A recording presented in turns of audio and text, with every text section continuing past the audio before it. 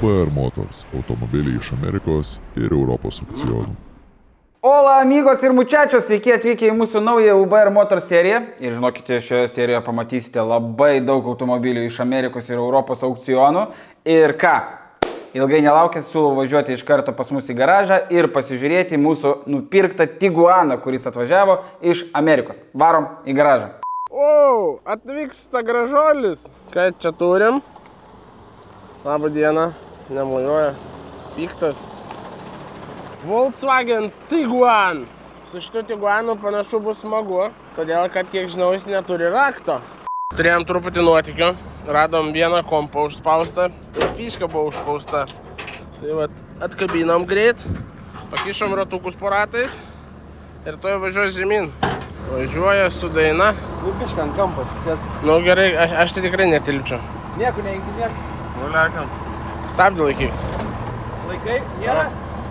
Stabdį jam laikyt. Nu, laikyk. Laikyk stabdį. Gali, davai, nestabdyk ten, tegu. Ar toliau reik tariu? Toliau. Pastumėm biškę. Kai autostradų įrėda? Viskas. Dabar prasidės smagiausia dalis, reikia ištraukti ratuką. Įdomu, ką čia turim. Čia turim nulūžusią variklio pagalio. Išsimovusi visą. Bus smagu. Aš kažkaip buvau sugebėjęs, tiksliau apsižioplinau ir sutariau su vyrais iš Airbags ir... Ai, bet ne, va, diržai šovė. Nesakiau, kad mums reikės panelės, visko. Tai, žodžiu, vyrai laukia mūsų pasiruošę su panelė paruošta, su viskuo, nes turi iš anksto paruoštų kai kurių detalių. Bet pasirodo, mums nieko nereikės. Kilimėlė yra. O, blemba, reikia iškraustyti mašiną visą, nes salone daug visko yra. Eik tu savo. Vyrai, radau biblioteką. Ir dulkių siurblysą pas mus čia kaip tik sugėdo. Ai, čia irgi knygos. Pirmą kartą gyvenime su tokiu kroviniu gavom automobilį. Paklauskit savininką, ką darom su knygom. Ir čia žinai, kaip yra sakoma? Pilnas bagažas žinių. Mes tiesiog sakėm, kad čia išsilavinęs Tiguanas. Aš nežinau, kur jas kraut dabar net. O čia galite dabar matyti, kaip vyrai krauna savo žinių bagažą. Va, kanibalą matau. Raktelį, kur tu? Aronai, neturi ko nors skanaus raktų, kad jį pakviesti. Va, pinigėlis, va. Raktas, Nu, Aroniukai, komentarą. Palauk, nepabėg. Komentarą apie Tiguaną. 100. Ką 100 ir nežiūriu. Im pinigų. Nu, rakto panašu nėra. Aš ilgai laukiu iš tos akimirkos. Radai raktą? Žiūrėkit, kaip pat geras. Pasigavo. Naiviai. Galvoja, kad tik iš raktą, čia beraktė Bet čia sistema. atsidarom, ar rodos? Jo. Einu skambint bičiam. Kur reikia kreiptis, jeigu nori tokią mašiną nusipirkti? Į aukcionus. Ne, jau UBR Motors, kur pas tave ant maikės parašyta. Tai kur reikia kreiptis, jeigu nori tokią mašiną nusipirkti iš Amerikos? Į UBR Motors. O. Tiguanas važiuoja ant keltuvo, reikia pasidaryti defektaciją, kas yra su juo negerai. Žinom, kad automobilis buvo daužtas per apačią, tai dabar užsivarysim ir žiūrėsim. Automobilis atvyko be tepalų ir be rakto. Tai negalim kurti, kol neturim rakto, bet ir negalim kurti tol, kol nežinom, kas yra su apačia. Tai yra galbūt dar viskas sutvarkoma, o galbūt užkūrę galim sugadinti. Tai būtent dabar mano kolega Kazimieras jau užsidėjo šalmą, nes bus atliekami kaskadiniai veiksmai. Bus paimtas kem 6, tempsim į kalniuką ir tada į garažiuką. Žiūrėjom. Kabink!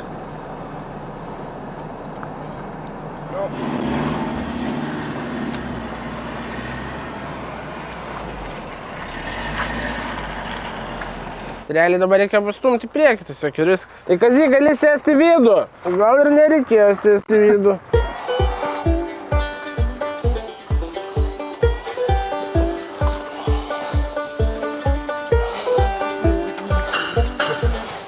Atsargiai, trosas! O letenos atlenktos. Kas yra? Jis nusprendė, kad vienas jį stums. Palauk, pasibuojam. Čia visai neblogai, man atrodo. Dar šikną biškai reikia užmesti, ne? Bišką norėjau. Taip, Kazy, tada pareguliuok dar. Gerai, bus. Norėjau skaitis, man vienam kreivas atrodo, bet prisimenu, kad ant atsarginio rato stovi dabar. Dabar įdomiausia Tiguano dalis. Pamatysim, kas iš tikrųjų yra papačia. Aš manau, kad bus skylė karterė kokiam. Airline. Volkswagen. Kol kas, ką matome, matau kabančią detalę, kuri yra plastikinė su aliuminiu. Ir šiandien yra panašu karterio apatinė dalis. Ir jinai yra lūžusi. Dėžė akivaizdžiai irgi gavo. Jo, va, pokarteris sulaužytas. Reikės pokarterį keist. Čia va skylė matas. Hello from another side. Bet čia visa kita gražu atrodo. Šiaip nebaisiai, sakyčiau. Čia irgi viskas gražu. Tai aš sakyčiau, žinot ką, kad automobilis įskrido į griovį, lupo į griovį ir nuplėšė priekinį ir galinį bamperį. Nu ir aišku, dar per variklį gavo.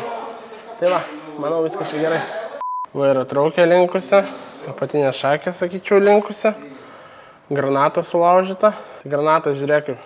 Mortikas į granatą. Jo, mortikas į granatą įsirėmė. Viso kelmo, manau, reikia, nes šiandien aišku, kas kaip bus. Klausimas, ar traversas nepasisuko. Čia va, dar visko matau palaužyto, visokių žarnų. Pats smagumas pasimatys tada, kada nusims radiatorių. O va, nuo motorą prasuk, pažiūrėt, ar sukasi dar. Nu, panašu, prasisuka.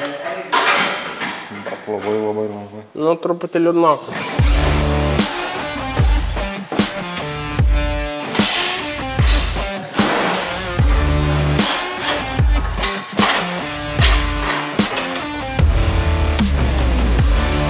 Pradėjome darbus ties Tiguanu ir kadangi turim skylę blokę, teko pasikviesti mūsų senus draugus, Meda automotyvą, kad ištrauktų freoną. Todėl, kad jo negalima į lauką išleidinėti teisingai. Labai kenksmingas. Man yra draugai pasakoja, žinai kaip daro. Skudurą deda, atsuktuvą ir išleidinėja. Šis naujas sifas dar nėra taip kenksmingas kaip senas, bet taip. Labai. Negalima taip daryti. Atvažiuoja, ištraukia, sutvarko, padaro. Po to galėsite atvažiuoti ir papildyti, ne? Faktas. Kaip gražiai čia viskas atrodo. O bus čia kažkokio tai garso, trenksmo, kažko? Ne, nebus, kai pildysim, gal kažkiek garso bus, bet kai ištraukinėsim, tikrai ne. Nu, ir kiek gramų iščiulpia? 284. Nu, kaip ir sakei, pali 300 bus, o sistemoje turėtų būti 460. Truputį kažkur trūko. Tai jeigu reikės, kam parašyti? Tau? Automotive Instagram'e arba pasiskambinkit bendruoju telefono numeriu, kuris irgi Instagram'e arba Facebook'e arba internete, Google'e visur jų yra. Tai va, jeigu ką, ieškokit Meda automotyvo, jeigu kažkam reikia nusiurpt. Kitoj žodžio nepasakysi. O su pilvu tą patį galite padaryti? Jeigu galėtumėm, būčiau irgi nusirbęs. Aš galvoju, tu gal atvažiavęs klientam pavyzdį, rodai, kaip galima padaryti. Leidžiam toliau Vilių prie šito bataro. Ir Vilius sakė, už 15 minučių nebebūs jo. Iki pasimatymą. Iki. Vis dar turim Tiguaną ant keltuvo. Kaip jau greičiausiai matėt, turim problemų biškių su varikliu, kadangi turim pramuštą karterį ir blokę skylutę. Dabar esam jau apsiardę ir realiai pasiruošę išimti variklį lauk. Turim jau pasiruošę ir kraniuką. Taigi šiandien išiminėsim variklį ir kviečiam pažiūrėti kartu, kaip mums seksis išimti.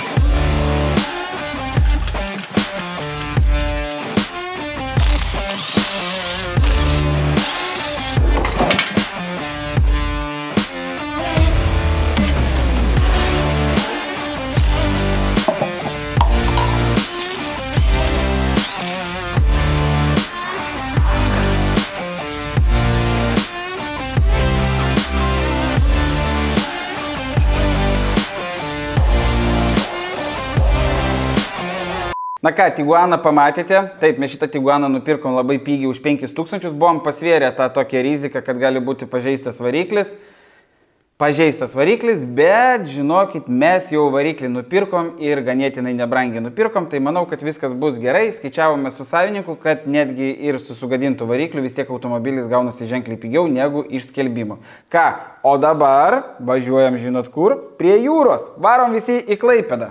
Na ką, sveiki atvykę į Klaipėdą ir mes stovime prie konteinerio ir dabar taip reikia padaryti, Šitos durys pirmas atsidaro?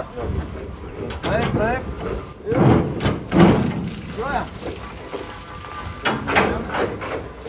Ir kaip tyčia mūsų mašinas net pačios pirmas. Ką, mums labai pasisekė, mūsų automobiliai yra pačiam gale. Tai lauksime, kol išsikraus.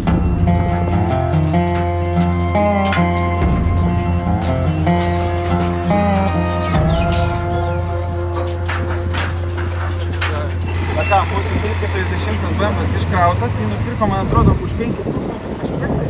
Reikės pasitėti, bet ką matome, kad yra labai sėkmingas smūgis. Variklis stovi vietoje, atrodo baisiai, bet iš tikrųjų tai nėra nieko baisaus.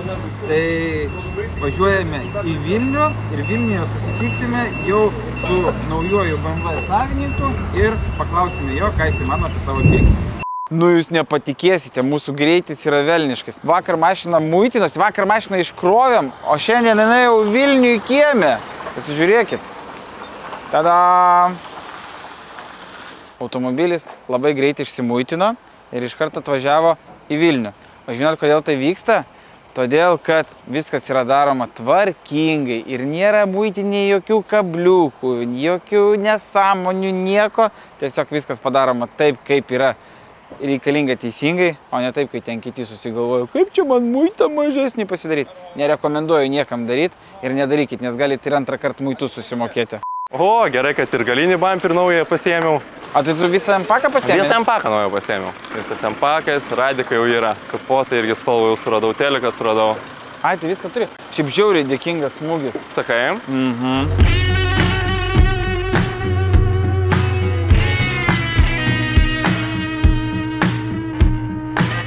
Nu, biški gazo reikia. Vyrai, gazą. Paduodam gazą. Vsio, nebereik daugiau jo. BPM8. Code intake'as, CTS charge pipe'as. Mačiau? Charge pipe'as, CTS. Brangus? Iki $200. Ne kosmosas. Nu, čia matosi kažkas toksai lakstų. Ai, jisai jau sulankstytas. Okei, nesitikėjau. Bet taip. Originalas iš viso plastikiniai eina. Supranti, kas yra? Smūgis visas per viršų labiau yra nuėjęs. Va mes netgi galvom, žinai, po kokią fūrą kaip palindo. Jo. Ne, tai matai, kad dažniausiai tokie smūgiai, kurie būna, tai jie būna mašinos stabdo, jinai prisėda, o kita mašina, jeigu irgi stabdė, jinai pakyla šiek tiek. Ir viskas. BMW jau pažmogų garaže. Pats taisysi? Iš dalies. Iš dalies pats, iš dalies kažkam. Ką galėsi pats pasidaryti, bandysi pats pasidaryti? Jo. Čia tavo pirmas pirkinys iš aukciono? Pirmas. Ir kaip įspūdžiai? Nu, tokie įdomus įspūdžiai. Palauk, kiek laiko mašina keliavo? Aplamai nuo pat nupirkimo iki dabar gal 2,5 mėnesio praėjo. Šita mašina iš viso yra nupirkta su labai dideliais nuotykiais. Mes ją nupirkę buvom 3 ar 4 kartus. 3 kartus buvom nupirkę, taip. Vieną kartą aš net pirkau. Nupirkom, aukcionas neatidavinėjo, tada teko susisiekti su aukcionu, truputį pasibarti ir tada žiūrim po nakties, mašina jau mūsų balanse ir 2,5 mėnesio ir mašina jau stovi žmogų garažą. Šiaip smagu, kad tikrai už tokius pinigus galima paimti tokias mašinas. BPM8 variklis, ką žinau, ganėtinai retas Lietuvoje. Vasarą reiks bausti Vilnių. Ne, šitą iškirpsim, nes šitą po to stebėsiesi, kai baudi. Kiek jisai tau gavosi va dabar va garažė su viskuo? Su muitai, su viskuo? Dabar jisai man garažė stovi. O, ten viskas parašyta. Jo, ten viskas parašyta. Apie 11 000 su tralų garažė jau stovi. Rinkos kaina? Apie 2,5. Va. Aš tu palinkėsiu sėkmės, jeigu reikės kažkokios tai pagalbos iš mūsų, sakė, kad ieškai kebulisto, tai duosim Aivaro telefono numerį, galėsi į jį kreiptis ir jeigu kažkokių tai detalių, nuolaidų ar dar kažko reikės, kreipkis, mes ką turim, viską duosim. Все, sėkmės. Grįžome atgal į Vilnių, kaip matėte, automobilis tik išsikrovė ir jau sekančią dieną iš karto pas žmogų garaže, o taip yra todėl, kad yra visi dokumentai tvarkomi teisingai, jokių paslėptų mokesčių nieko nėra, tai muitinė greitai tik tai pipu, mašina išsimuitina per valandą ir viskas. Ir gali keliauti į naujus namus. Na, o žinokit, dabar, ką aš jūs papasakosiu, aš nežinau, kodėl taip atsitiko. Gal kai su Ignu AMG projektą filmavom, buvo tas pats su slyvom. Slyva, arba kem šeštas. Tai dabar, žinokit, viskas pasikeitė, dabar taip yra su F30.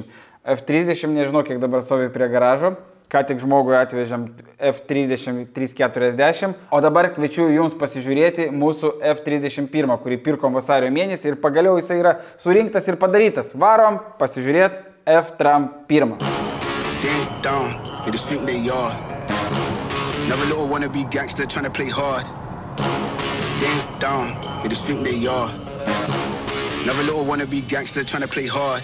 Atvyko pagaliau mūsų ilgai lauktas BMW F31 iš kėbulinių darbų ir dabar papasakosiu, kodėl viskas taip ilgai truko, bet pradžiai kviečiu jūs apsižiūrėti mūsų šį margutį.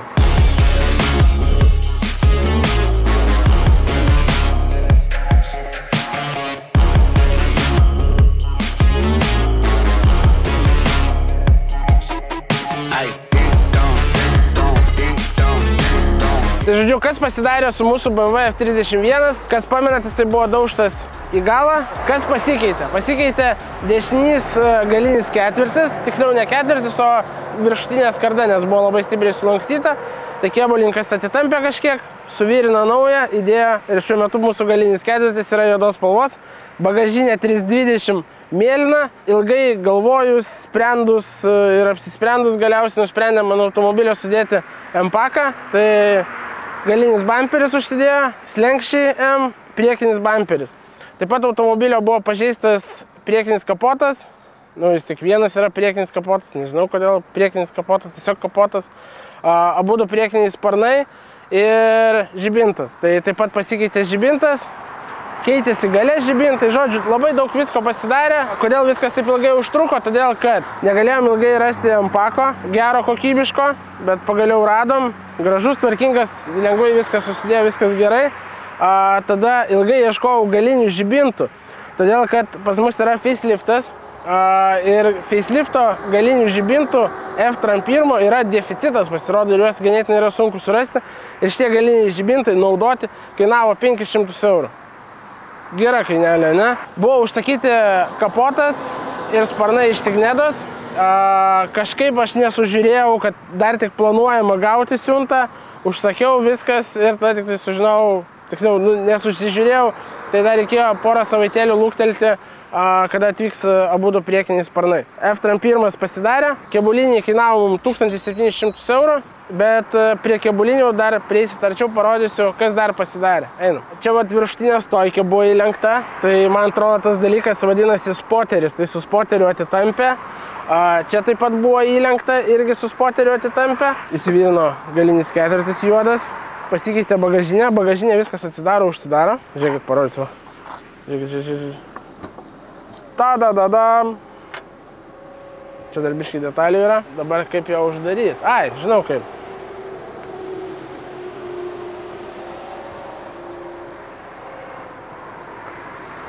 Taip pat mūsų automobilyje dar keitėsi visas išmetimas, todėl kad mūsų išmetimas buvo sulamdytas. Lieka paskutiniai dalykai, ką reikia su juo pasidaryti, tai nuvažiuoti, surinkti visas smulkmenas, kurių trūksta, ten kelių plastikėlių po kapotu, kelių plastikėlių bagažiniai. Viskas nesusirinks, todėl kad dar reikės nuvažiuoti į meninį lyginimą. Mūsų durys yra truputį palamdytos ir aš taip skaičiuoju, kad, manau, meninis lyginimas šiandien kainuos kokius 200 eurų. Durys kainuoja po 150 eurų. Tai neapsimoka, manau, keisti, nes reikės dažyti dar duris iš vidaus ir panašiai, tai tiesiog su meniniu lyginimu ištiesinsiu ir galbūt net nereikės jų dažyti.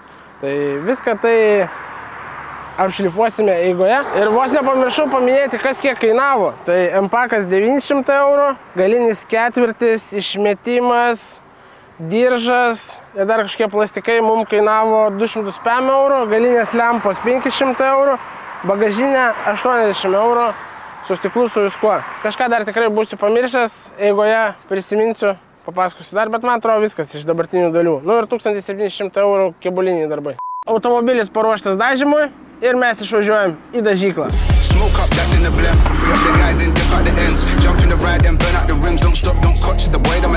Na va, pamatėte mūsų F30 kolekciją, žodžiu, nu ne F30 kolekciją, vieną tik tai pamatėte, bet jeigu reikia F30, Europą, Ameriką ar jau iš karto atvaryta, paskambinat mums, viskas, ko jums reikia padaryti, tai tiesiog nueiti į ubermotors.lt, rasti mūsų kontaktus ir su mumis susisiekti jums patogiu būdu.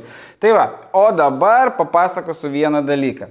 Skambina man vienas žmogus ir sako: Labą dieną, Aurimai, mes norime savo įmonėje atnaujinti autoparką. Tiksliau net neatnaujinti, o įsigyti nuosavą. Ieškojame automobilių iš karto Lietuvoje, nieko gero neradome, tad priėjom tokį sprendimą, kad geriau būtų automobilius įsigyti iš Vokietijos, truputį su defekčiukais, mes juos sutvarkysim ir bus geri automobiliai su mažom ridom. Tai va, atvyko pirmasis iš 5 automobilių, Škoda Octavia. Varom pasižiūrėti, ką nupirkome. Visi stovime laukia, o žinote, kodėl stovime laukia? Todėl, kad atvažiuoja tralas atvažiuoja iš Vokietijos. Žodžiu, papasakosiu trumpą istoriją. Į mus kreipėsi vienas žmogus. Viso gero. Viso gero. Ir nebeskambink man daugiau. Parodyti aš jam pirštus norėčiau šitą. Į mus kreipėsi žmogus, kad nori savo įmonėje atnaujinti automobilius. Tiksliau, net neatnaujinti, o šiuo metu įmonėje yra nuomojami automobiliai, tad norėtų nupirkti kažkokius automobilius, kad galėtų žmonės važinėti ir dirbti. Tai ką mes padarėm, mes nupirkome 5 automobilius Vokietijoje ir mes tos 5 automobilius turėsime kuo greičiau sutaisyti. Tai pirmasis automobilis jau atvažiuoja pas mus į garažą. Tuoj bus tralas. Tas grįžta. Pargrįžti, ane, neilgam išvažiavai? Grįžau, bet ne pas tave. Va tai tau. Matei, kaip ratas sužalotas. Tai mums reikia kažkaip ją... Jinai nevažiuos jaučia. Jam tai užkėlė su krautuvu. O mums tai ją nusivaryti reikės. Ai, ir kapotas palenktas. Kaip manai, važiuos pati? Net nebandžiau, žinok, prikurti, nieko nedariau. Varaktai. Varaktai. Reikėtų tada gal tepalą patikrinti. Šiaip visą laiką, kada gaunate automobilius iš aukcionų, būtinai pasitikrinkite tepalą. Škodykė, bet 125 000 kilometrų ridos. Šviežiai graži mašina. Taip, žodžiu, tepalo matuokliai yra štai čia. Ir mes žiūrime į ją ir matome, ką? Tepalo yra. Galime kurti ir važiuoti. Leidžiame variklio gaubto žemėn. Nemesu. Kažkas labai panašaus ūgio, kaip aš važinėjau. Ne, rašo airbag failė. Jinai neatsirakina ir neužsirakina. Uždarykit kapotą iki galo. Žinai, kame bairis? Uždaryk duris. Jinai nemato, kad duris uždarytos. Supranti, kas yra? Jinai neužsirakina ir netrakina signalikė. Pabandysim su raktu atrakinti, užrakinti. Jinai rodo visas duris atidarytas. Dar kartelį pabandau. Metam busterį, matyta, kumo neužteks. Degimas įsijungia, viskas įsijungia, bet langai nenusileidžia. Sankabą įspaudė iki galo. Taip, Jėzus, tu Marija, kaip su mažu vaiku. Tuoj viskas bus čekipukė. O, alles gut. Aš nieko nematau, jeigu ką. Danielius sakė, užsimerkti ir spaus gazą. Galų galiu įvarinėti?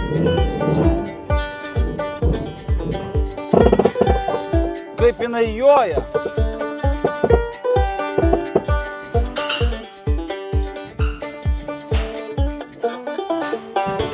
Automobilis garaže. Dabar eisime, paleisime tralą ir eisime, pasižiūrėsime, kas jai yra. Vakar atvyko Škoda Octavia, o kad su Škoda važiuoti darbą ir į sodą, reikia pradžių sutvarkyti Škodą. Tai žodžiu, ėmėmės darbų ir ką mes pamatėm. Žiūrėkit, tai parodysiu. Žodžiu, nusiėmėm stebulę ir mūsų stebulė yra, štai čia jeigu įsižiūrėsite, yra trūkusi. Matot? Matot? Matot? Tai mums reikia kitos stebulės. Traukiu ir to dar parodysiu jums aromatizatorių. Kodėl atvyko Škodai, jos fitmentas atrodė kaip stensinis, tai va dėl to, kad amortikas atrodo maždaug va taip. Tai reikia dar kito naujo amortiko. Naujas amortikas jau užsakytas, jau yra pakeliui pas mus. Kažkuria tai dalių jau susiradom, žinom kainą, žinom viską. Šiandieną dar taip pat pakalbėjau su vyrais iš Airbag serviso ir situacija tokia, kad dabar, kaip matote, Škoda yra be rato realiai, ten nieko nėra. Nei amortiko, nieko, bet viskas jau pas mus atkeliauja. Ir rytoj ryte šitą Škodą turi būti pas Airbag servisą. Šiuo metu turim 11 valandą. Mums realiai liko kokios, nežinau kiek valandų. Per 24 valandas turim surinkti šitą Škodą, kad neišvažiuotų tvarkytis oro pagalių. Kimbam į darbus. Varom.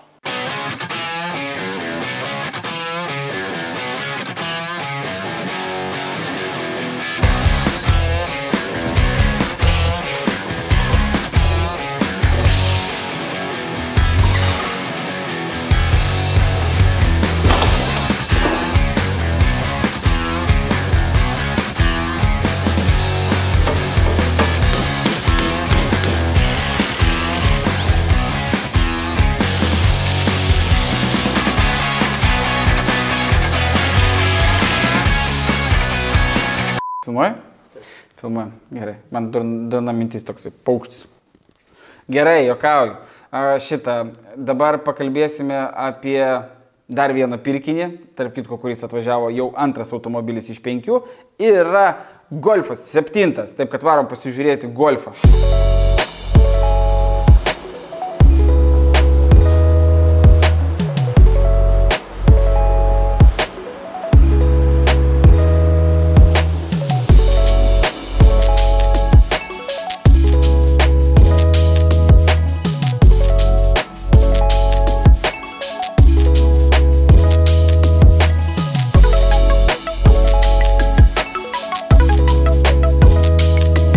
Apie golfą pamatysite daugiau kitoje serijoje, nespėjome dar sufilmuoti ir jisai jau šiaip iš tikrųjų yra kaip ir beveik surinktas, atiduotas į dažyklą, dažosi, viskas darosi, tai pamatysite jį jau, kai jisai bus pilnai surinktas. Mes dar pakeitėm, tiksliau nepakeitėm, o išėmėm SL į variklį, atidavėm jį kebulistams, žodžiu, darbai verda, viskas vyksta, pasižiūrim, kaip pavyko išimti SL variklį.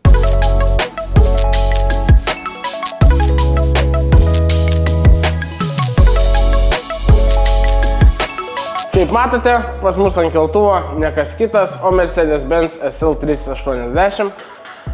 Kodėl jis ant keltuvo? Jums matyt kyla klausimas. Net jeigu jums ir nekyla tas klausimas, aš jums pasakysiu, kodėl jis ant keltuvo. Jis ant keltuvo todėl, kad Vilius išiminėjom variklį.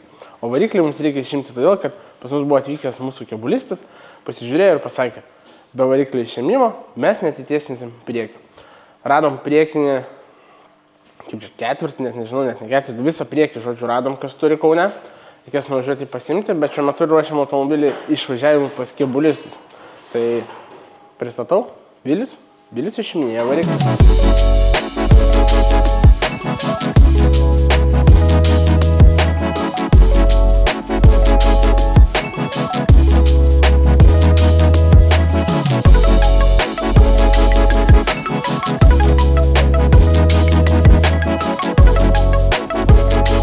Nepraeina į mėnuo, SL jau yra be variklio, tad trauksim lauką SL, važiuos SL pas kebulistus ir varysim kitą mašiną į garažą. O dabar Kazys ateina, kabina virvę, turim KM6 už nugaros ir važiuojam lauk.